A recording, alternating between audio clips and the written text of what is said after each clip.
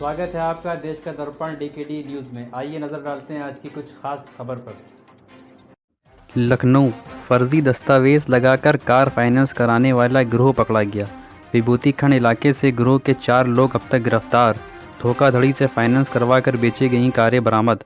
आम लोगों का आधार कार्ड, पैन कार्ड बैंक में लगाकर गाड़ी करवाते थे फाइनेंस। लग्जरी गाड़ी फाइनेंस करवाकर आरोपी खुद भी चलाते थे और बेचा करते थे।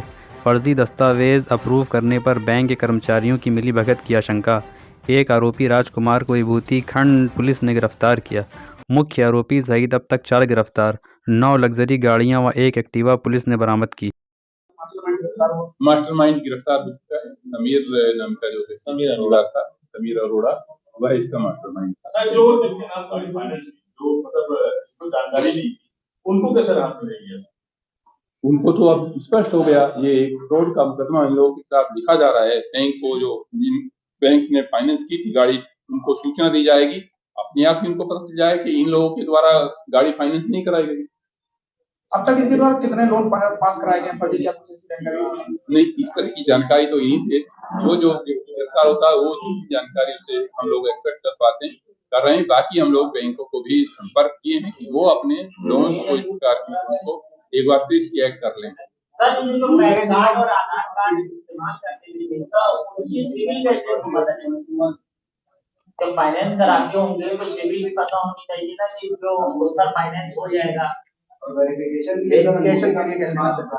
वही बता रहे थे कि जो आपको बताया बैंक के कुछ प्रोसीजर्स में कुछ लैप्स, जैसे हर उसके लिए मैंडेटरी नहीं कि अंगूठे से उसको वेरीफाई करें।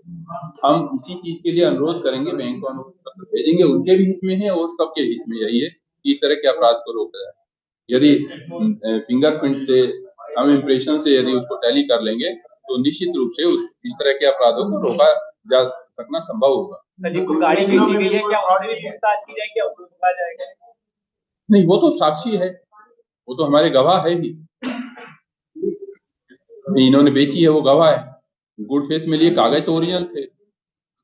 सर, इन लोगों ने ये नहीं बताया कि ये सिविल कहाँ से पता करते हैं?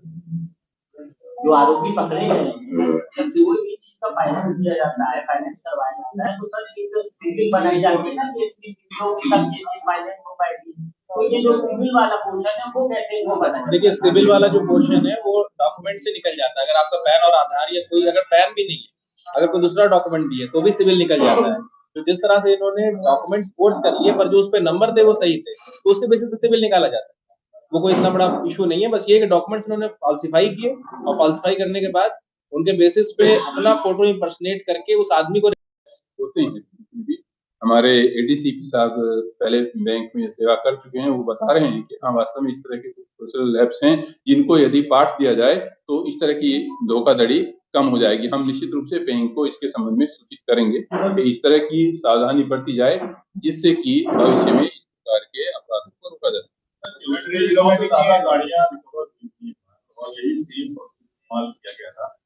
नंबर भी टेम्पर्ड किए जाते थे, क्या उससे कोई लिंक है इस गैंग का? अभी फिलहाल उस गैंग से इसका कोई लिंक नहीं प्रकाश में आया। आपने बताया है तो उसके बारे में जानकारी करेंगे, क्योंकि वो काफी पहले का रहा है, इनके जानकारी नहीं थी। उस गैंग के संबंध में इनका कोई लिंक अभी तो प्रकाश में नहीं आया जितना इन्वेस्टिगेशन हुआ है। नंबर वगैरह भी टेम्पर्ड करते थे? नहीं, टेम्परिंग का कोई वो नहीं है, इसमें टेम्परिंग क्योंकि ये तो ओरिजिनल गाड़ी लिया है, ओरिजिनल कागज उसके पास है। टेम्परिंग की कोई वो नहीं, केवल बैंक को धोखा।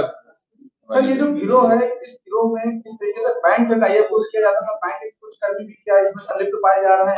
अभी इस प्रकार का कोई तथ्य प्रकाश में नहीं आया है, क्योंकि ये अलग अलग बैंकों से फाइनेंस हुई है। यदि किसी एक ही बैंक से या उसकी एक ही ब्रांच से ये ऐसा हुआ होता फ्रॉड, तो निश्चित रूप से इस पे हम लोगों को ध्यान देने की जरूरत पड़ती। अभी भी हम फिर भी इस बिंदु पे भी तफ्तीश करेंगे कि कहीं ऐसा तो नहीं कि जो किसी बैंक के कर्मचारी को, किसी ब्रांच के कर्मचारी को किसी भी स्तर पे कहीं इन्फ्लुएंस में लेके उनको प्रभावित करके। सर, जो पकड़े गए क्या इनमें से कोई बैंकर कर्मी रहा? नहीं, इनमें से कोई बैंक।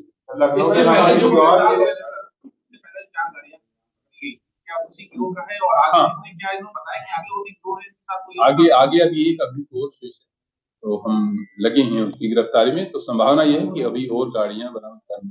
सिविल निकाला जाता है, सिविल के बेसिस पे ही जब वो व्यक्ति आया कहीं पे लोन लेने गया, लोन लेने में उसको पता लगा कि नहीं मेरे नाम पे तो ऑलरेडी 3 लोन हो रखी, वो व्यक्ति फिर हमारे संपर्क में आया और इस तरह से फिर इसका पूरा घटना हमारे सामने खुल के आई। गाड़ियां कहाँ से बरामद की गई हैं और कहाँ से गिरफ्तारी हुई? देखिए गिरफ्तारी तो इसकी जो हनीमैनपुर के लिए हनीमैनपुर के नीचे से हुई है और गाड़ियां इसने कुछ बाहर भी दे रखी थी, वहां हमारी टीम गई और जाके वहां से टोटल कितनी गाड़ियां हैं और कितनी गाड़ियां बरामद? 5 गाड़ियां, 4 गाड़ियां पहले हमने बरामद की थी, 5 गाड़ियां अब बरामद हुई हैं और एक अभियुक्त जब बचा है उसको जब पकड़ा जाएगा उससे और आगे फर्दर रिकवरी होगी। क्या आरोपी के पिता बिहार पुलिस में तैनात है? नहीं, इसके बारे में कोई जानकारी नहीं, अभी तक कोई ऐसा तथ्य प्रकाशित। ठीक है सर।